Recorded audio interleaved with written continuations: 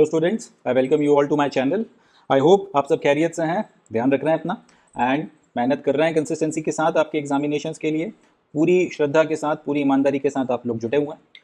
तो आज के सेशन में हमें 4 अगस्त 2025 का द हिंदू न्यूज़पेपर और इसके इंपॉर्टेंट करंट अफेयर्स को प्रिपेयर करना है for UPSC civil services 2026 prelims as well as mains and जितने भी दूसरे आपके कॉम्पिटिटिव एग्जामिनेशन है अपकमिंग, चाहे एसएससी हो, चाहे रेलवे के एग्जाम्स हों, चाहे और कोई दूसरे कॉम्पिटिटिव एग्जामिनेशंस हों, उनको ध्यान में रखते हुए भी हम लोग आज के सेशन में 4 अगस्त 2025 के जो इंपॉर्टेंट करंट अफेयर्स हैं उनको डिस्कस करेंगे।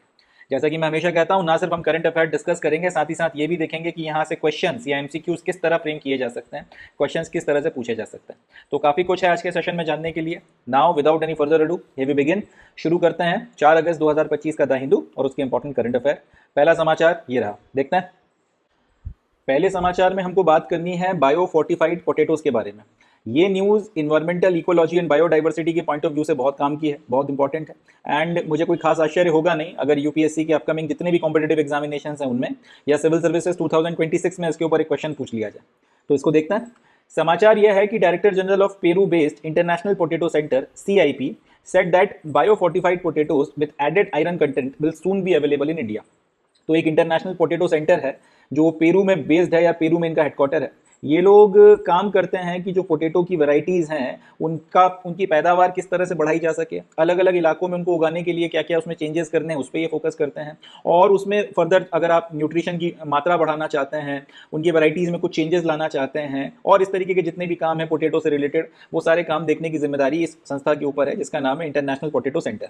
अब इनका जो डायरेक्टर जनरल है उसने ये बोला है कि बहुत जल्दी भारत में बायो फोर्टिफाइड पोटैटोज जो हैं जिसमें आयरन कंटेंट की मात्रा ज़्यादा होगी उसको हम लोग अवेलेबल करवा देंगे। समझिएगा, मैं बताता हूं आपको थोड़ी देर में कि बायो फोर्टिफाइड का मतलब क्या होता है। इन्होंने क्या बयान दिया है कि भारत में बहुत जल्दी ऐसे आलू जिनको बायो फोर्टिफाइड पोटैटोज बोला जाता है वो मिलने लगेंगे जिसमें आयरन की मात्रा ज़्यादा रहेगी। कंपैरेटिवली आलू में आयरन का कंटेंट उतना नहीं होता है, तो अब ऐसे आलू जो हैं ये अवेलेबल कराने वाले हैं जिसमें आयरन का कंटेंट ज़्यादा मात्रा में आपको देखने के लिए मिलेगा।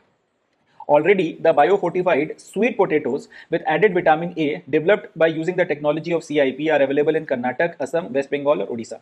एंड ऐसा भी नहीं है कि भारत में इस तरीके के बायोफोर्टिफाइड पोटैटोज पहली ऐसी कोई सब्जी है जो अवेलेबल करवाई जा रही है ये CIP वालों के द्वारा। इसके पहले इन्होंने जो आपकी शकरकंद होती है, स्वीट पोटैटो भी जिसको कहते हैं, उसका बायोफोर्टिफाइड वर्जन जिसमें विटामिन ए की मात्रा ज़्यादा है उसको इन्होंने मार्केट्स में इंडिया में अवेलेबल करवाया है। और वो कर्नाटक में, असम में, पश्चिम बंगाल और उड़ीसा जहाँ पर इसका ज़्यादा मात्रा में खपत है, ज़्यादा मात्रा में इसका सेवन किया जाता है, वहाँ की मार्केट में ये फ्रीली अवेलेबल है, बिक रहा है, किसी तरीके की कोई शिकायत नहीं आई। और बढ़िया जो है इसका जो आपके ऑब्जेक्टिव्स हैं कि विटामिन ए ज़्यादा से ज़्यादा मात्रा में लोगों के अंदर पहुँचे इनकी कंजम्पशन की मदद से, वो ऑब्जेक्टिव्स भी पूरे हो रहे हैं। तो ये तो अपना समाचार हो गया। अब यहाँ पर ये जो वर्ड यूज हुआ है बायो फोर्टिफाइड पोटैटोज, थोड़ा सा इसके बारे में हमको पढ़ना पड़ेगा, या यूं बोलूं कि बायो फोर्टिफिकेशन क्या होता है, थोड़ा सा इसके बारे में हमको बात करनी पड़ेगी। तो देखते हैं इसे। Biofortification is the process of breeding or genetically modifying crops to increase their nutritional value, specifically by enhancing levels of vitamins, minerals, proteins and healthy fats। तो बेसिकली बायोफोर्टिफिकेशन का मतलब क्या है? ये एक प्रक्रिया है जिसकी मदद से आपके जो क्रॉप्स हैं, सब्जी हो गई, अनाज हो गए, कोई भी चीज़ हो गई जिसका सेवन किया जाता है, उसको जेनेटिकली मॉडिफाई किया जाता है या फिर उसकी खास तरीके से ब्रीडिंग की जाती है। उगाने के पहले उसके जो बीज होते हैं उसमें चेंजेस होते हैं, उनका जेनेटिकल मॉडिफिकेशन होता है और इस तरीके से उसका जेनेटिकल मॉडिफिकेशन किया जाता है कि या तो उसके अंदर ऐसा कोई आपका न्यूट्रिशनल कंटेंट जो मौजूद नहीं है उसको जो है इंट्रोड्यूस करा दिया जाए, या जितनी मात्रा में वो न्यूट्रिशनल कंटेंट मौजूद है उसकी मात्रा को बढ़ा दिया जाए। तो इसके लिए जो प्रोसेस का इस्तेमाल किया जाता है उसको बोला जाता है बायोफोर्टिफिकेशन। खास तौर पर इसकी मदद से किसी अगर आप क्रॉप्स की बात कर लें, ग्रेन्स की बात कर लें या किसी सब्जी की बात कर लें, उसमें विटामिन की मात्रा को बढ़ाने के ऊपर फोकस किया जाता है, मिनरल्स हो गए, प्रोटीन्स हो गए और हेल्दी फैट्स जो हैं, इस तरीके की चीज़ों को बढ़ाने के ऊपर फोकस किया जाता है। एंड ये जो पूरी की पूरी प्रोसेस है बायो फोर्टिफिकेशन, ये एक और प्रोसेस होती है जिसका नाम है फूड फोर्टिफिकेशन, उससे थोड़ा सा डिफर करती है। किस तरह से वो देखते हैं।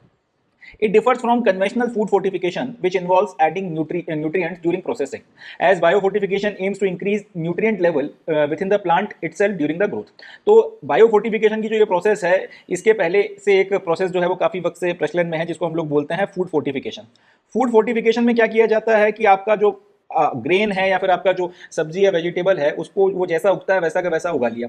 अब उसकी प्रोसेसिंग कर आप कुछ और बना रहे हो, जैसे कि आप गेहूं से आटा बना रहे हो या चावल से आप कोई और चीज़ बना रहे हो। सब्जियां जो हैं, जैसे आलू की बात कर लेते हैं, आलू के चिप्स बन रहे हैं या फिर कोई और चीज़ बनाई जा रही है सब्जियों की, तो जब उनकी प्रोसेसिंग की जाती है उस वक्त उनके साथ में एक प्रोसेस होती है जिसको बोलते हैं फूड फोर्टिफिकेशन, और उसकी मदद से न्यूट्रिएंट्स वगैरह को ऐड किया जाता है। ठीक है जी, जो भी आपकी सब्जी या जो भी आपका ग्रेन है उसमें उस वक्त में न्यूट्रिएंट्स को ऐड किया जाता है।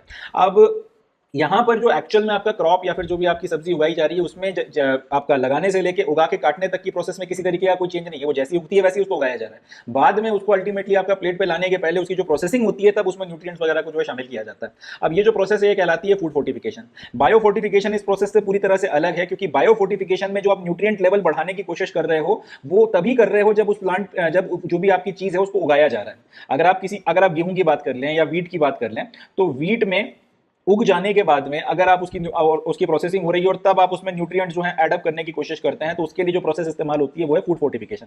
बट आपने ये जो पूरा गेहूं उग रहा है उसी वक्त में अगर आपने जो प्रोसेस करी है जिसकी मदद से जब ये अल्टीमेटली गेहूं जब कटकर आपके पास में आएगा तब पहले से ही उसकी न्यूट्रिशनल वैल्यू बहुत ज्यादा है, तो इसके लिए जो प्रोसेस की जाती है इसको बोला जाता है आपका बायो फोर्टिफिकेशन। तो इसको याद रखना है, फूड फोर्टिफिकेशन में प्रोसेसिंग के वक्त में प्लांट उग जाने के बाद जो फाइनल प्रोडक्ट आपको मिल गया है आपकी खेती बाड़ी से, उसके बाद उसकी प्रोसेसिंग करके उसमें न्यूट्रिएंट्स को बढ़ाया जाता है। बायो फोर्टिफिकेशन में क्या होता है, न्यूट्रिएंट लेवल को जब आपकी ग्रोथ हो रही है, जब आपने लगाया नहीं है उसके पहले ही आपने ऐसे इंतजाम किए हैं कि जब ये उगेगा तभी ज्यादा मात्रा में न्यूट्रिएंट्स की वैल्यू के साथ में ही आएगा जो भी आपका फाइनल प्रोडक्ट आपको मिलना है।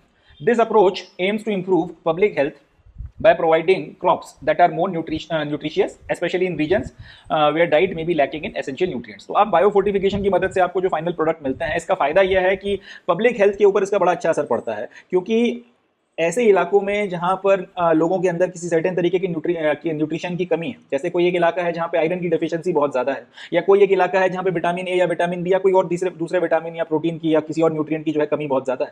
अब ऐसे इलाके में अगर आप बायो फोर्टिफिकेशन की मदद से उनका जो नेचुरल खाना है जो भी वो खाते हैं, let's say for the sake of argument की वो लोग चावल खाते हैं, आप चावल में आपने जो है जिन न्यूट्रिएंट्स की उनके शरीर में कमी है, बायो फोर्टिफिकेशन की मदद से आपने उस न्यूट्रिएंट की मात्रा को जो चावल वहाँ पे उगाया जा रहा है उसमें बढ़ा दिया।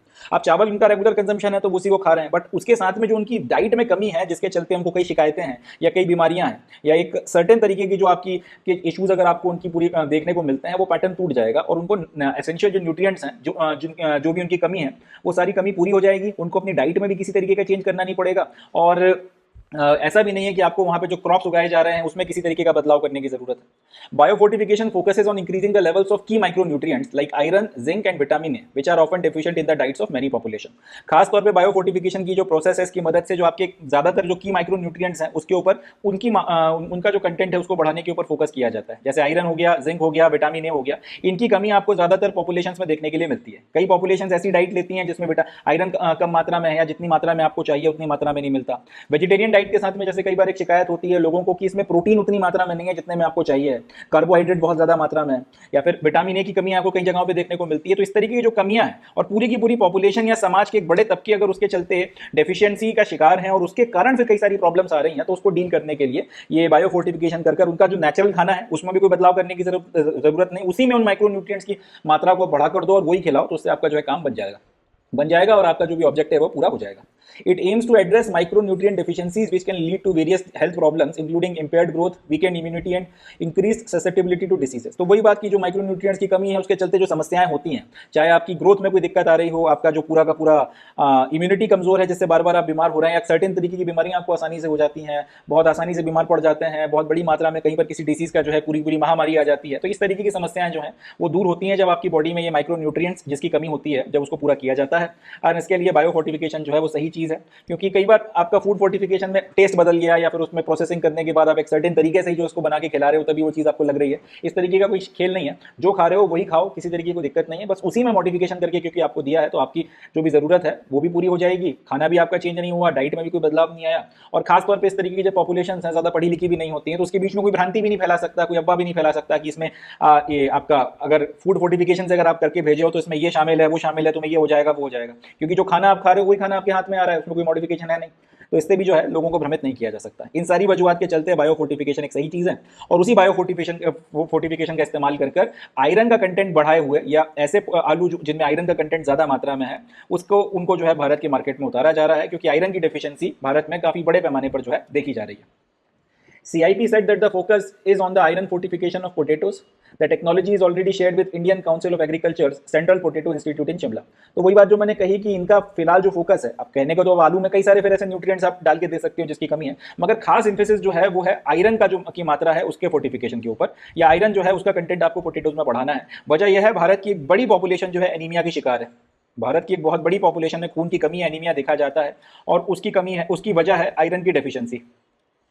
आयरन की इस डेफिशिएंसी के चलते एनीमिया बहुत ज़्यादा मात्रा में हो रहा है। अब जब ये आयरन और आलू एक ऐसी चीज़ है जो भारत में अमीर से लेकर गरीब सब लोग खाते हैं, स्टेपल फूड है, चाहे वेजिटेरियन हो चाहे नॉन वेजिटेरियन हो, आप आलू जो है वो घर में बनता ही बनता है। और ऐसा भी नहीं है कि कभी कभार बनता है, हफ्ते में कम से कम 3 से 4 बार जो है जनरली लोगों के आलू बनता ही बनता है। कई लोगों के यहाँ रेगुलरली आलू जो है बनता है। बच्चों को भी खिलाने में कोई दिक्कत नहीं है, अच्छी अच्छी डिशेज बन जाती हैं तो आसानी से आलू वगैरह वो खा लेते हैं। तो आयरन फोर्टिफिकेशन के जो ये आलू या फिर ये पोटेटो जो हैं, जब ये मार्केट में आएंगे, बड़ी मात्रा में कंजम्पशन होगा, तो ये जो आयरन की डेफिशिएंसी है इसको खत्म करके रख देंगे, और ये जो खून की कमी है, एनीमिया की जो प्रॉब्लम हो रही है, ये सारी की सारी चीजें जो है समाप्त हो जाएंगी। इसका जो है आपको फायदा काफी ज्यादा देखने के लिए मिलेगा। तो इन सारी वजूहात के चलते अभी जो है मेन फोकस आपका जो है वो किया जा रहा है आपका आयरन फोर्टिफिकेशन के ऊपर। एक बार जब आयरन फोर्टिफिकेशन हो जाएगा, आयरन फोर्टिफिकेशन के बाद और फिर जो दूसरे आपके न्यूट्रिएंट्स वगैरह हैं उनके ऊपर भी फोकस किया जाएगा। और इनको फिर बनाने के लिए ऐसा भी नहीं कि अलग से आपको कहीं से आलू इंपोर्ट करना पड़ रहे हो, आपके भारत में ही जो है इनको उगाया जाएगा। इसके लिए टेक्नोलॉजी भी जो है CIP ने आपका Indian council of agriculture centre के जो सेंट्रल पोटेटो इंस्टीट्यूट है शिमला में, उसके साथ में शेयर कर लिए। अब वो इसके बीज बना के फिर देश भर में बेचेगा, या फिर जहाँ पे आलू बड़ी मात्रा में उगाए जाते हैं वहाँ पे भेजेगा। वहाँ पे फिर इनकी मदद से जो आलू उगाए जाएंगे वो नेचुरली जो है आयरन में रिच होंगे, और उन आयरन रिच आलूओं को फिर आप जो है सप्लाई करोगे देश में। उसकी सप्लाई के बाद उनका कंजम्पशन के बाद में आपके जो ये प्रॉब्लम है एनीमिया की, ये दूर हो जाएगी। तो इस पूरी की पूरी स्ट्रेटजी के ऊपर ये लोग चल रहे हैं। अच्छा, ऐसा भी नहीं है कि भारत पहला देश है जहां पे इस तरीके के आलू उगाए जा रहे हैं कि इससे भी संशय की स्थिति बनाई जाए कि यार कहीं कुछ गलत तो नहीं हो जाएगा। पेरू में जहां पे CIP का हेडक्वार्टर है, वहां पर पहले ही इस तरीके के जो आलू हैं वो उतारे जा चुके हैं और बड़ी मात्रा में कंज्यूम किए जा रहे हैं। इनफैक्ट पेरू में इनको इंट्रोड्यूस करने की वजह यह है कि वहां पर लोगों को खाने में आयरन की बहुत ज्यादा कमी है। इसके चलते वहां पर आयरन डेफिशिएंसी जितनी भारत में है उससे और भी ज्यादा है। तो ये भी एक वजह है कि इसके पहले पेरू में इनको इंट्रोड्यूस कराया जा चुका है। पेरू में बड़ी मात्रा में लोग इनका कंजम्पशन कर रहे हैं और किसी तरीके की कोई दिक्कत या कोई समस्या आ नहीं रही, अच्छे रिजल्ट भी मिल रहे हैं। तो ये भी एक कॉन्फिडेंस बिल्डिंग मेजर है जिसके चलते कोई संशय की स्थिति जो है नहीं उठा पाएगा। अब बस ICAR ये कर रहा है कि हिंदुस्तान की कंडीशंस में अच्छे से उग सकें, इस तरीके से इनमें जो भी मॉडिफिकेशन आपको करने हैं वो मॉडिफिकेशन किए जाएंगे, और उसके बाद में धड़ाधड़ इनकी सप्लाई होगी, बड़ी मात्रा में जो है इनका फिर इस्तेमाल जो है इंडियन कंडीशंस के हिसाब से किया जाएगा। साथ ही साथ इस पूरी की पूरी चीज़ को देखने के लिए आगे और फर्दर इसमें जो है आपका रिसर्च अगर आपको करनी है और फर्दर इसमें इंप्रूवमेंट करना है। एंड जैसा कि मैंने बोला कि आयरन के अलावा आलू एक ऐसी चीज़ है भारत में हर चीज़ में लगभग पड़ती है या ऑलमोस्ट सब लोग खाते हैं, तो हो सकता है कल को और भी माइक्रो न्यूट्रिएंट्स को शामिल करने के बारे में बात की जाए। तो CIP अपना आगरा में सेंटर भी लगा रही है, और फर्दर जो है यहाँ पे और अगर कुछ इंप्रूवमेंट करना है तो उसके लिए भी ये लोग यहाँ से अपना जो रिसर्च वगैरह कंटिन्यू करेंगे। अच्छा, आगरा में सेंटर लगाने की वजह भी है कि भारत में जो पोटेटो प्रोडक्शन होता है बड़ी मात्रा में, या फिर उसका जो सबसे ज्यादा प्रोडक्शन है वो आपको आगरा और उसके आसपास के इलाके में देखने के लिए मिलता है। इनफैक्ट जो पूरा का पूरा इंडो गैंगेटिक प्लेन है, ये दुनिया का सबसे लार्जेस्ट पोटेटो प्रोड्यूसिंग एरिया है। दुनिया में जो सबसे ज्यादा आलू उगाया जाता है वो भारत का जो पूरा इंडो गैंगेटिक प्लेन है, यूपी, बिहार, बंगाल का जो पूरा का पूरा इलाका है, इस पूरे क्षेत्र में जो है मैं वर्ल्ड इंडिया की बात नहीं कर रहा हूँ, दुनिया का सबसे ज्यादा आलू जो है उगाया जाता है। सबसे ज्यादा पैदावार आपको आलू की यहाँ पे देखने के लिए मिलती है। तो ये जो है आपकी न्यूज है।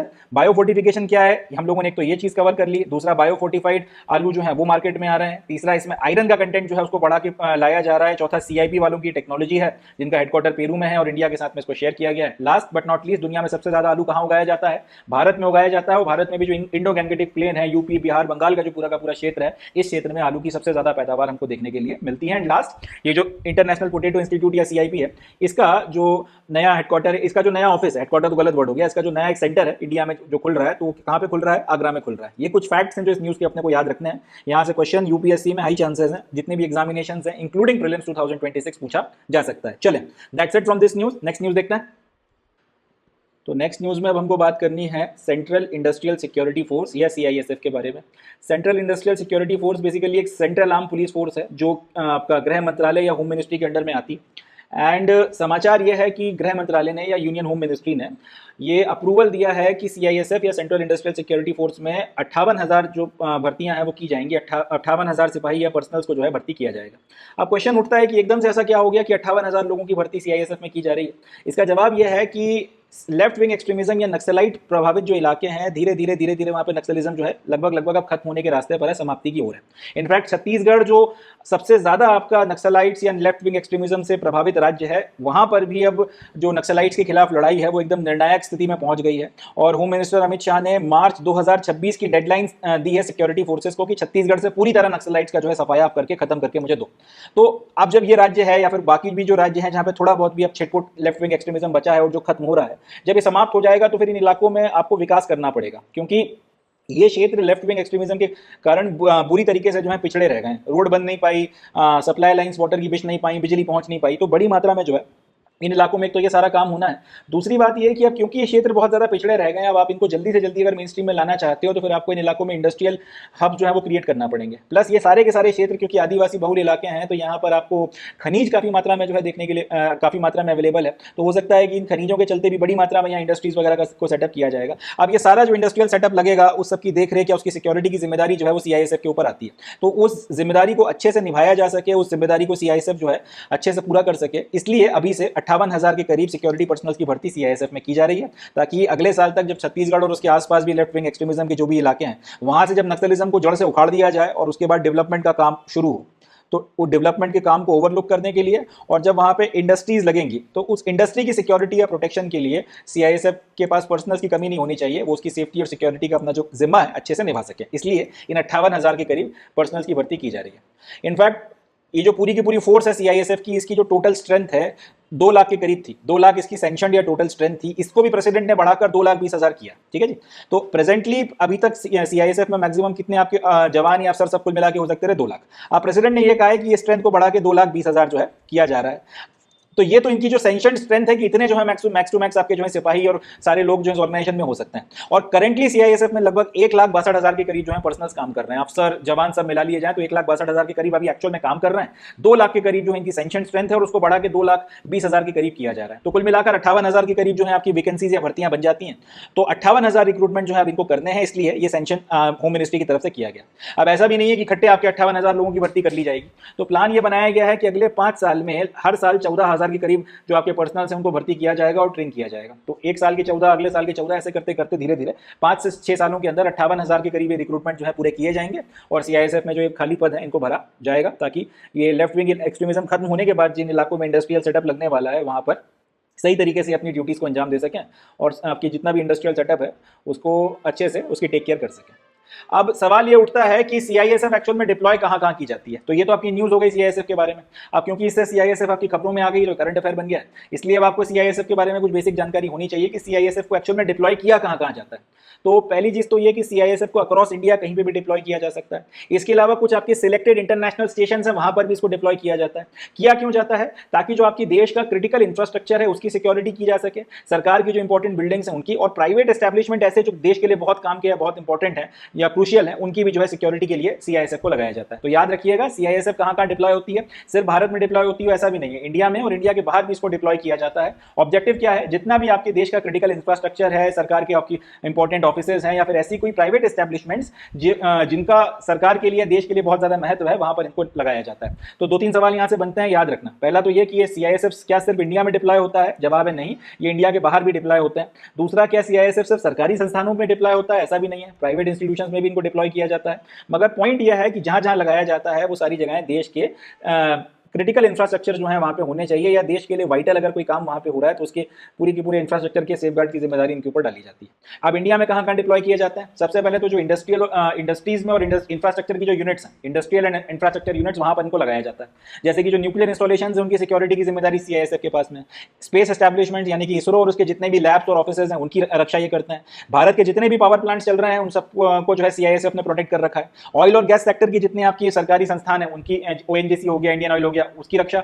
माइंस, जिसमें खासतौर पे कोल और आयरन की माइंस आती हैं जो आपके देश की एनर्जी और इंडस्ट्रियल सप्लाई के लिए क्रिटिकल है, उनकी रक्षा ये लोग करते हैं। स्टील और उसके अलावा जो दूसरे मिनरल्स की माइनिंग होती है जहां जहां पे इनको लगाया जाता है उनको भी वहां पर भी जो है इनका इस्तेमाल किया जाता है। कोल और आयरन की माइंस में तो लगाया ही जाएगा, ये तो तय है। स्टील और इसके अलावा जो दूसरी माइनिंग है, अगर सरकार को लगता है कि यहां पर भी जो माइनिंग ऑपरेशन हो रहे हैं और बाकी सारी चीजें हो रही हैं, उसके प्रोटेक्शन के लिए सीआईएसएफ को लगाया जाना चाहिए, तो वहां पर भी इनको डिप्लॉय किया जाता है। इसके तो ये तो आपके जो है इंडस्ट्रियल और इंफ्रास्ट्रक्चर से रिलेटेड जो आपकी यूनिट्स हो गई, वहां पर इनका डिप्लॉयमेंट है, यहाँ होता ही होता है। दूसरा ट्रांसपोर्ट, एयरपोर्ट्स में सीआईएसएफ लगी हुई है, सी के जितने भी पोर्ट्स हैं वहां सीआईएसएफ लगी हुई है, दिल्ली मेट्रो में सीआईएसएफ लगी हुई है। और इसके अलावा भी अगर कल को और इस तरीके का कोई इंफ्रास्ट्रक्चर डेवलप होता है जिसका आपको लगता है कि नेशनल इंपॉर्टेंस के पॉइंट ऑफ व्यू से सीआईएसएफ को हैंडओवर किया जाना चाहिए, तो वहां पर भी इसकी सेफ्टी के लिए सीआईएसएफ को लगाया जा सकता है। तो याद रखना है, एयरपोर्ट जितने भी हैं भारत के, सी पोर्ट्स और दिल्ली मेट्रो, यहाँ पर सीआईएसएफ को लगाया गया।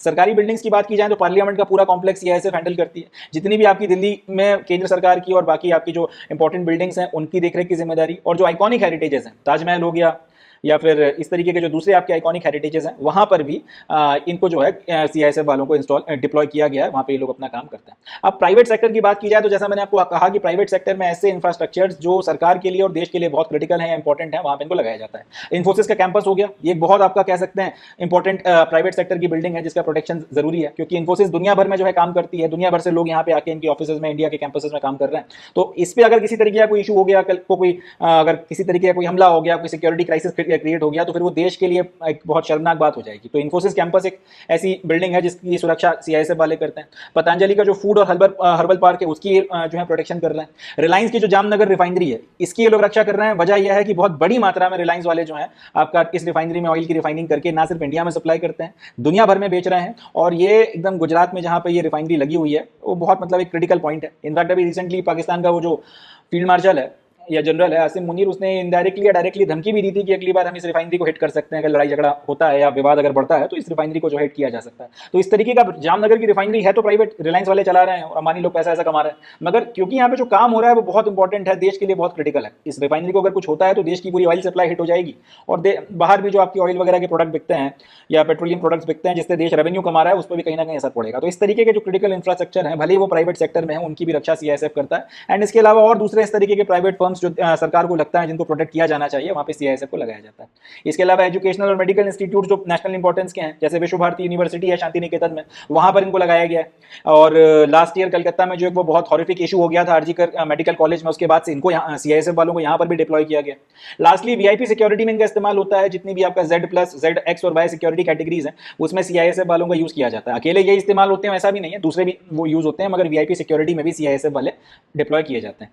Then disaster management and fire wing, CISF का जो फायर विंग है वो देश की लार्जेस्ट फायर फाइटिंग फोर्स है, इसको याद रखिएगा, बहुत इंपॉर्टेंट पॉइंट है।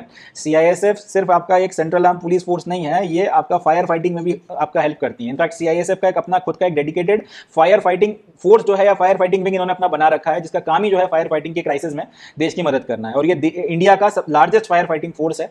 ये लोग जो है फायर प्रोटेक्शन और प्रिवेंशन प्रोवाइड कराते हैं लगभग 115 सरकारी एस्टेब्लिशमेंट्स हैं उनको, कि अगर यहाँ पे किसी तरीके का कोई फायर क्राइसिस होता है तो सीआईएसएफ का ये फायर विंग आ जाएगा और उस पर्टिकुलर क्राइसिस को डील करेगा।